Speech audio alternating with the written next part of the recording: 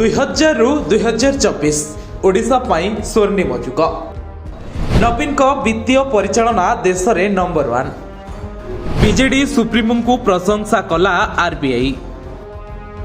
नवीन को विभिन्न योजना और राज्य परिचालन को आज भी प्रशंसा मिले। ओडिशा को आर्थिक स्वावलंबी करिबारे और शस्य बहुल राज्य रे परिणत करिबारे नवीन कर बेस अवदान रही।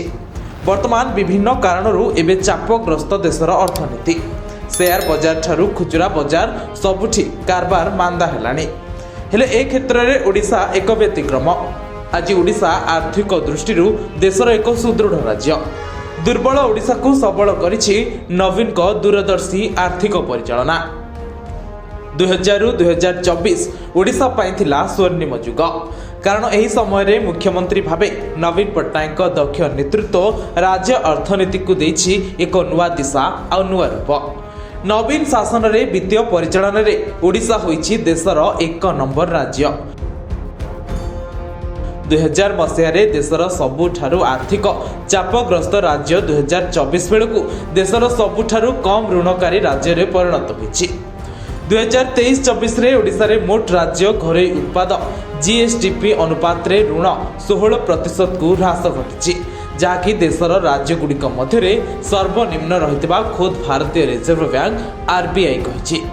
2005 रे ओडिशा सरकार ग्रहण करथिबा टिकस संस्कार पदक्षेप राज्यर अर्थनीति रे आनिथिला नोआ मोड़, जहाँ फल एक समय आर्थिक नियंत्रिया राज्य भाव परिचित थिबा ओडिशा राजस्व दृष्टि बड़का राज्य रे परिणत हो पारिछि। रिजर्व बैंक पक्षरु प्रकाशित राज्य आर्थिक स्थिति बजेट 2024-25 एक विश्लेषण संपर्कित रिपोर्ट रे कहा जायछि जे 2000 मसीह रे ओडिशार आर्थिक स्थिति बेस चापग्रस्त थिला।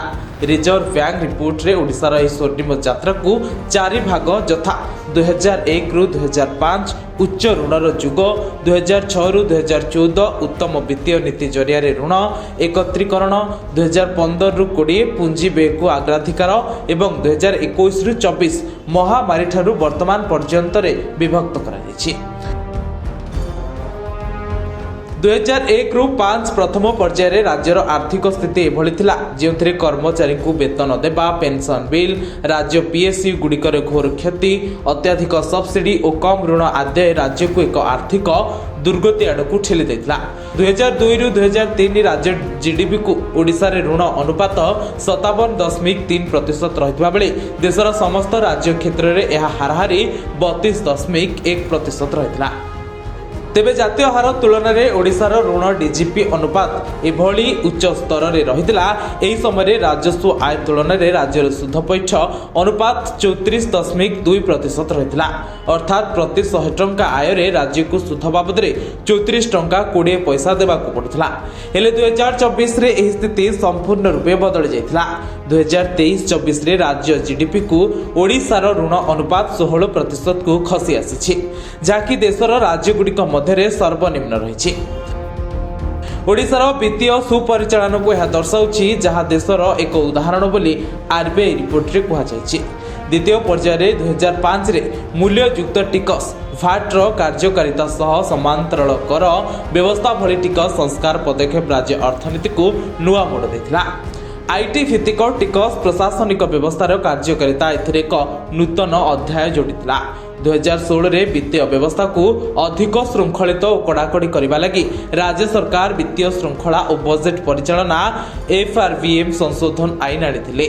एथिरे वित्तीय नियंत्रण को जीएसटीपी 3% मध्य रखा सह ऋण को जीएसटीपी 25% मध्य सीमित रखा लक्ष्य रखा। ऋण स्थिति को सबु समय एक पोषणीय स्तर में रखिबारे ओडिशा सफल होइछि। राजस्व क्षेत्र में बड़का राज्य में परिणत होबारे ओडिशा एहार पुंजी व्यय वृद्धि घटाइथिला। कोविड महामारी समय देशर विभिन्न राज्य में आर्थिक स्थिति भांगी पड़ता बेले ओडिशा देशर एकमात्र राज्य जेकि सेभली समय उत्तम वित्तीय परिचालन में नमूना देखाइथिला, जहाँफल 2020 ରୁ 2021 रे ओडिशार राजस्व बड़का जीएसटीपी 1.7% रहिता बेले 2021-22 रे एहा जीएसटीपी 6.5% को वृद्धि पाइथिबा रिजर्व बैंक रिपोर्ट रे दर्शा जायछि। ब्यूरो रिपोर्ट उत्कल प्रतिदिन।